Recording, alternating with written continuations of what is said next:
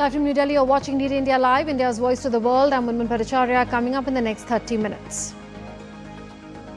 Prime Minister Narendra Modi to participate in the G7 summit in Canada's Kanasnikas later today. Will hold bilateral meetings with leaders of Italy, Canada and Ukraine on summit sidelines.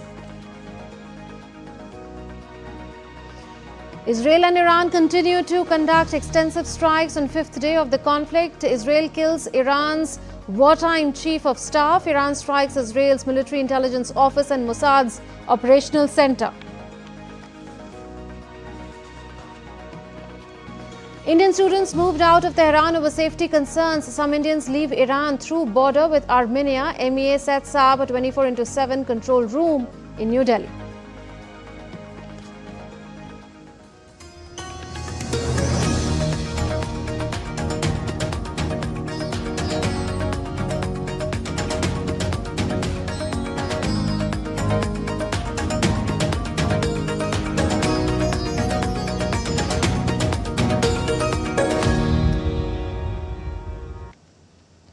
Prime Minister Narendra Modi arrived in Canada this morning to attend the G7 summit at Kananaskis and with discussions with world leaders to be focused on crucial global issues including energy security, technology and innovation.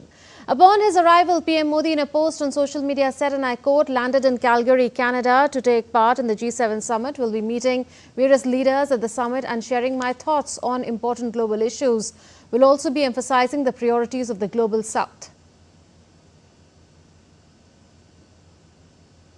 So PM Modi is visiting Canada at the invitation of Canadian Prime Minister Mark Carney after successfully concluding his two-day visit to Cyprus. This is Prime Minister Narendra Modi's first visit to Canada in a decade. He is on a four-day, three-nation visit of Cyprus, Canada and Croatia.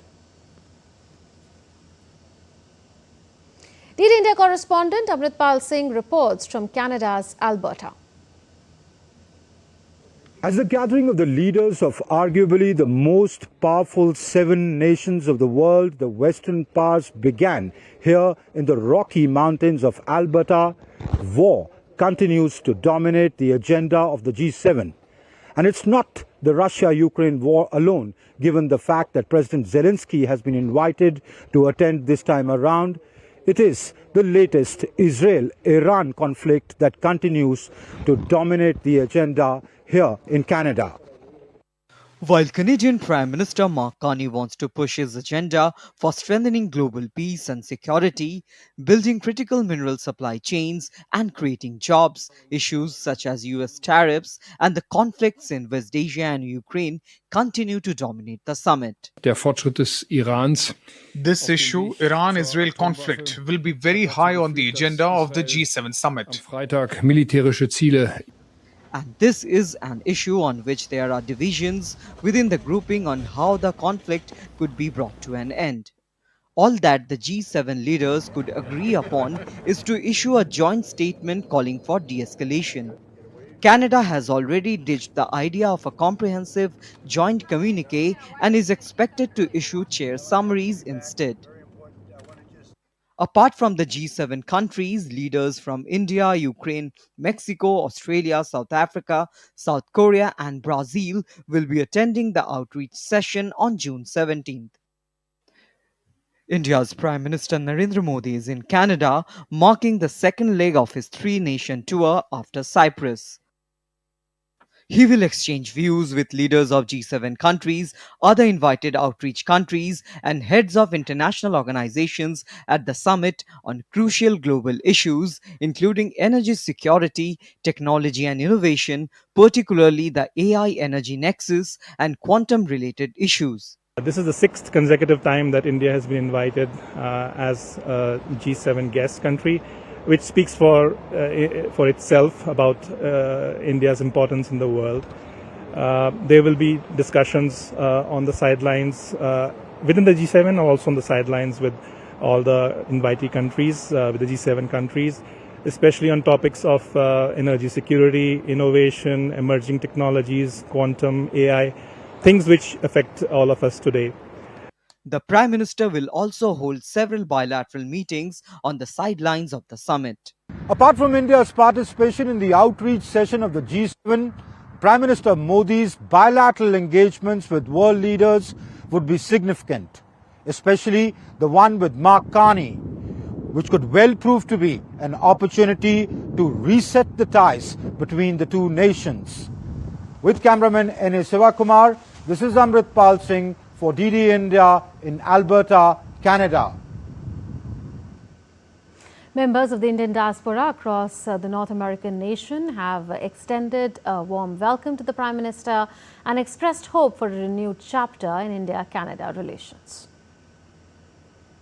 As Prime Minister Narendra Modi arrives here in Canada, there is visible excitement in the Indian diaspora. Also, there is optimism about the meeting between Prime Minister Modi and Prime Minister Carney, given that the relationship between India and Canada in the past couple of years wasn't at its best.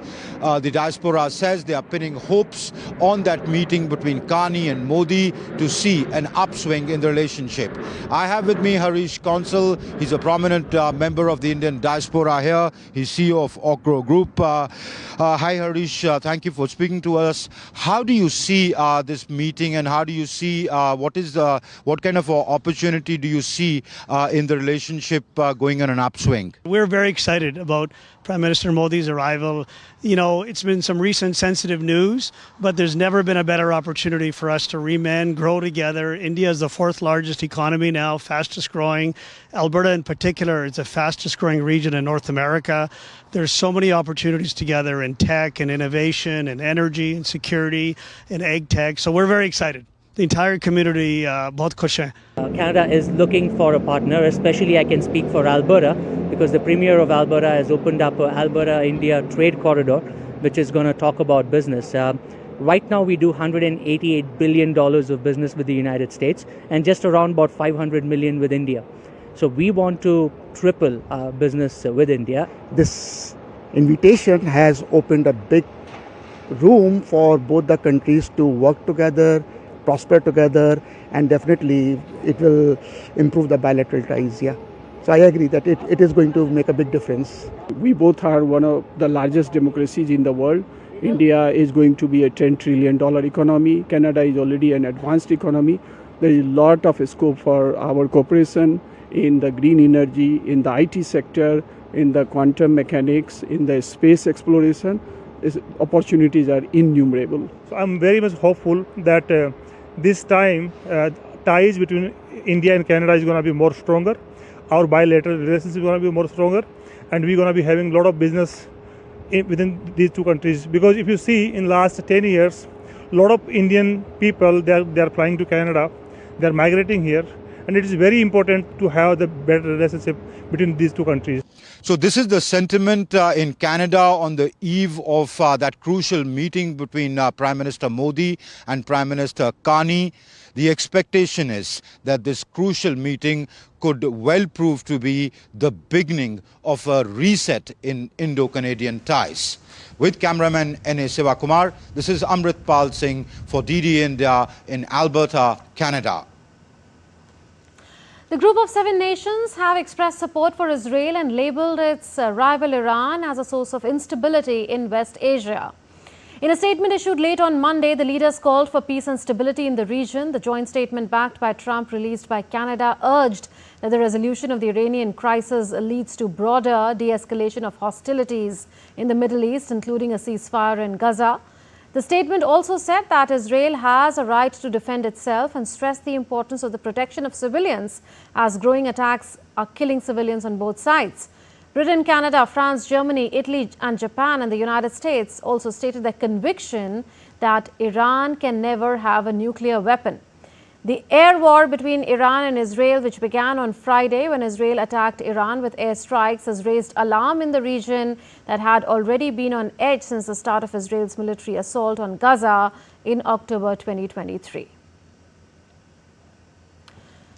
US President Donald Trump cut short his G7 summit earlier today, and although he rejected claims that his early departure from G7 summit was related to efforts towards a ceasefire between Israel and Iran, He rebuffed French President Emmanuel Macron's claims that he left the G7 summit to work on a ceasefire between Israel and Iran. Trump dismissed the assertion as incorrect, saying Macron had no understanding of the real reason for his return, which he hinted was related to something far more significant. He added that whether purposely or not, Emmanuel always gets it wrong. Stay tuned.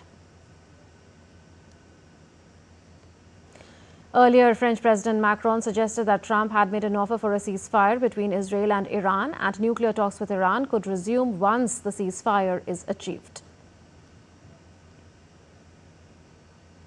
Amid escalating Israel-Iran conflict, Israeli Defense Minister Israel Katz has warned that Iran's supreme leader Ayatollah Ali Khamenei could end up like former Iraqi dictator Saddam Hussein.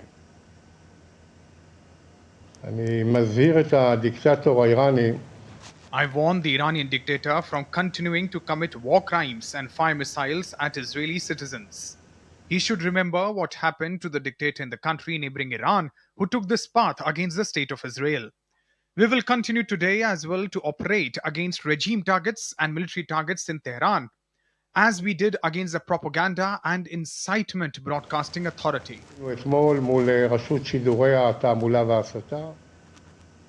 Iran and Israel continue to trade fire for a fifth night, with a new wave of Iranian strikes across central Israel reported. There were direct impacts from those Iranian missiles in Tel Aviv and Jerusalem. Sirens blared before blasts were heard as multiple smoke trails appeared in the slightly overcast sky above Tel Aviv.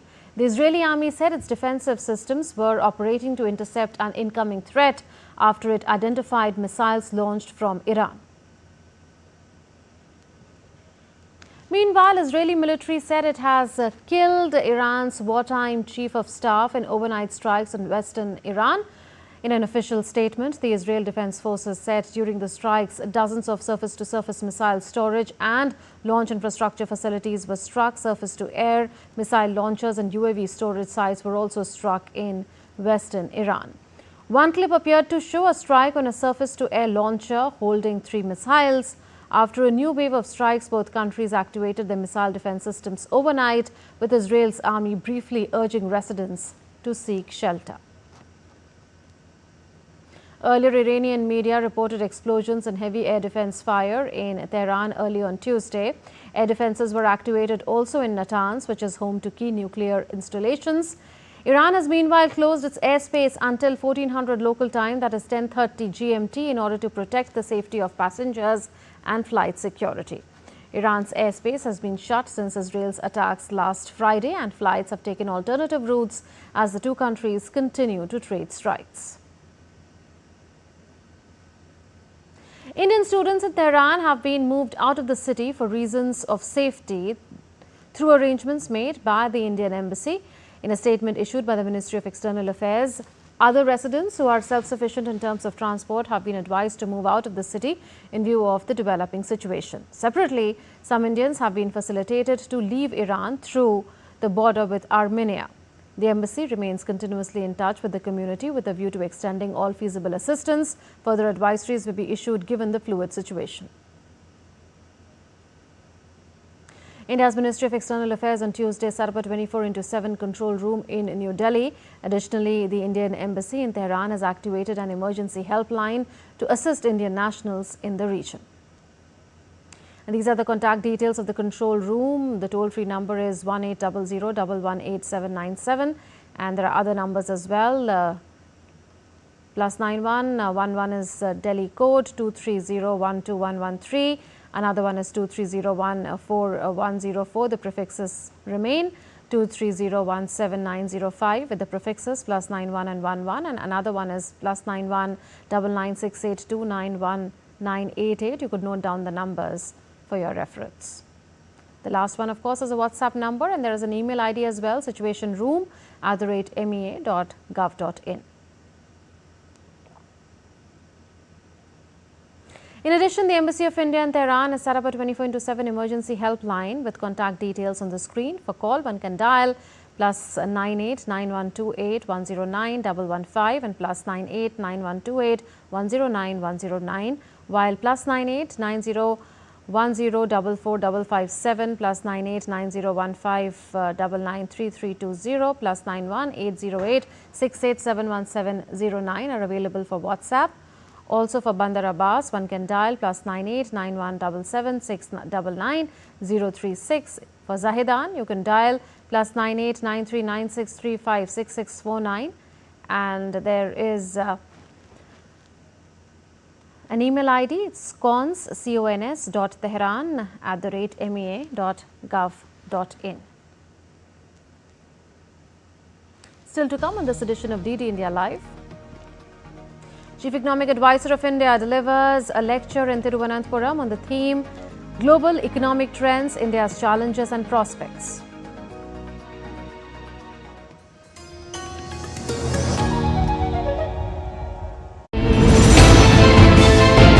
Geopolitics and trade deals. Economic challenges amid development. Hard work and the path to prosperity. It's the economy always. Between walkers, money is what money does and says. Supply creates its own demand. Between the bulls pulls and bears tears. When supply chains globalization and India rises to the podium. We'll get you centered with the Economic Brief at 8 p.m. every Thursday on DD India.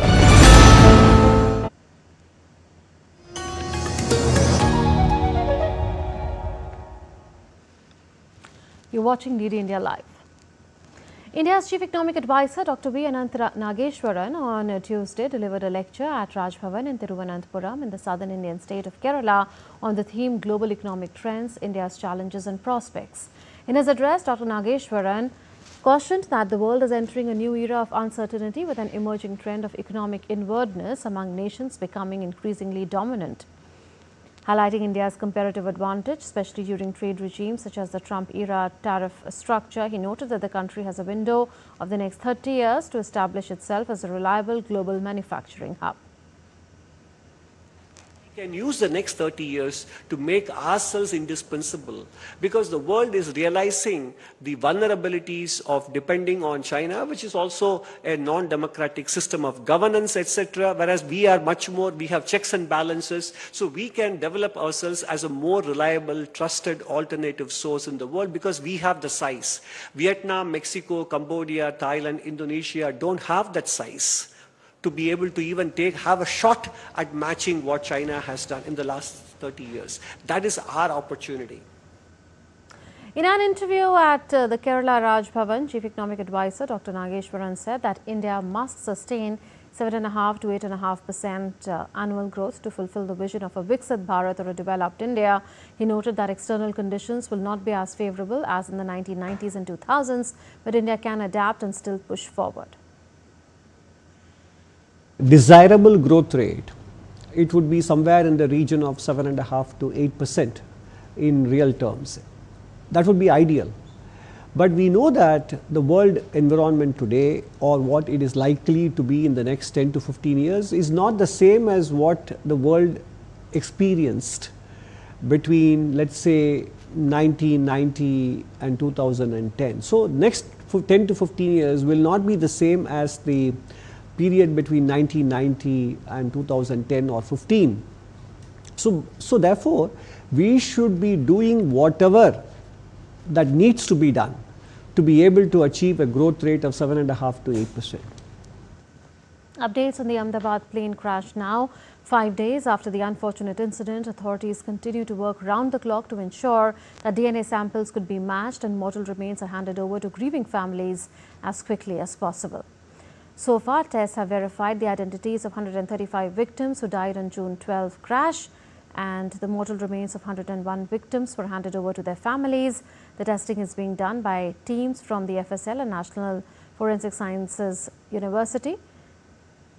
The Gujarat government is closely coordinating with the civil hospital to ensure smooth communication between officials and victims' families. As predicted by India's Weather Office, light to moderate rain swept across several parts of Delhi and its adjoining areas. The rainfall was accompanied by gusty winds reaching speeds of up to 70 kilometers per hour. The spell of rain brought relief to Delhiites after days of scorching heat. The Indian Met Department has issued a yellow alert for both Tuesday and Wednesday, indicating the likelihood of light to moderate rain across the city. Intermittent rain activity is expected to continue in the region, setting the stage for a wet week and keeping heat waves at bay. Typically, the monsoon reaches Delhi by June 27th, but this year it is progressing faster than usual. India is witnessing a silent revolution, one that places its 10.45 crore tribal citizens at the heart of national development. With deliberate and decisive action, the Government of India has shifted its approach from symbolic recognition to systemic empowerment, marking a new chapter in the nation's progress. Under the leadership of Prime Minister Narendra Modi, there has been a clear and deliberate shift from tokenism to targeted empowerment. With a substantial budget increase for the Ministry of Tribal Affairs, key initiatives like PM Janman and Dharti Aaba Abhiyan are driving socio-economic transformation across the country. One of the most significant developments has been the implementation of the Forest Rights Act, which gives tribal families legal ownership of their ancestral lands. Additionally, educational programs in indigenous languages and sustainable livelihood initiatives are empowering communities like never before. As India prepares for the 11th International Day of Yoga on Saturday, that is the 21st of June, yoga sessions were held at various locations with participants performing traditional poses.